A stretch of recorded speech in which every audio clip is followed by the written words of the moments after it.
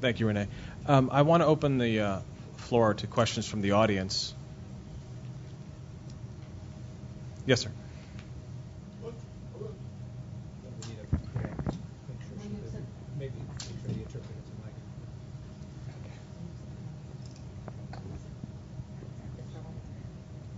Can I make a comment as well as a question? Are you accepting both?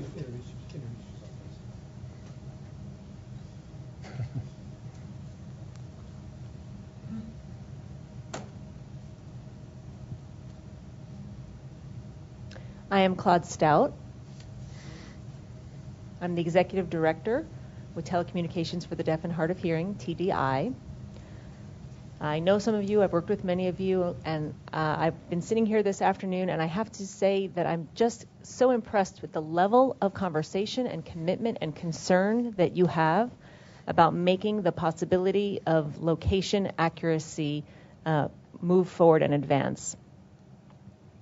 And I'm speaking for many in the deaf and hard of hearing community, the man in the street, who are thrilled with the progress that has been made thus far and is looking forward with anticipation to see real-time text to E911 happen in the next couple of years. But I want you to know that location recognition technology is equally important to our community. Many of us, the deaf and hard of hearing community, rely on text, whether it's tablet-based or pager-based, every day. We don't often use phones, but we make our phone calls with our devices from an indoor environment. We're also on the go. We're shopping, we're in the car, or we're at home, or we're at work, but we are in an indoor environment, and it's important for everybody here to really keep an eye on getting that technology working as soon as possible so that we can be helped in an emergency. We are more likely to experience emergencies in an indoor environment than in an outdoor environment. There are high rates of unemployment within the deaf and hard of hearing community, and so it is very likely the deaf and hard of hearing community lives in multi-level housing units. So obviously altitude accuracy is important. And many of us who do have jobs work as well in multi-level structures. So I work in Silver Spring in a building that is multi-level, and so if you can get that altitude accuracy done in less than 2 years, obviously it's going to help us out. It was a couple of years ago, I had some heart pain. I had some angio problems, and I had staff members with me in the office, luckily, who were able to bring me to the hospital.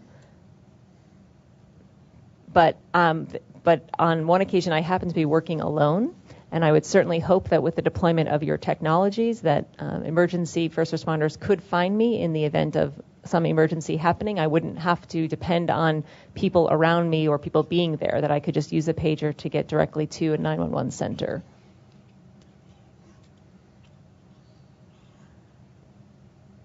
And of course, historically people would call 911 from home or from work, but we are now more than ever on the go, and we are making those calls on the go. And it's not just adults that this technology is going to impact.